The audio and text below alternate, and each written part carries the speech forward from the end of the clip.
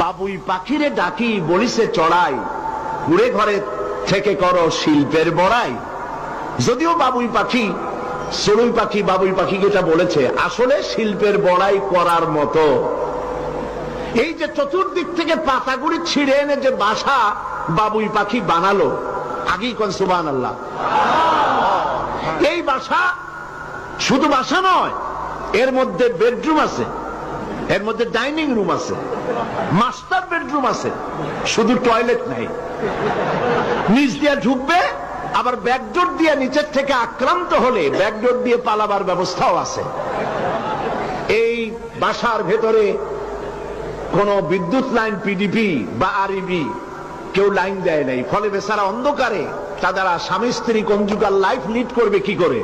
সেজন্য ওর মাথার মধ্যে আল্লাহ এমন বুদ্ধি দিলেন, কিছু কাদা এনে বাসার ভেতরে কাদা লাগিয়ে জোনাকি পোকা 5-6টা ধরে এনে মাথা ভিতরে ঢুকায়া পাছা বাইর করে দিয়ে রেখেছে, অটোমেটিক জিরো পাওয়ারের বাল্ব তৈরি হয়ে গেছে।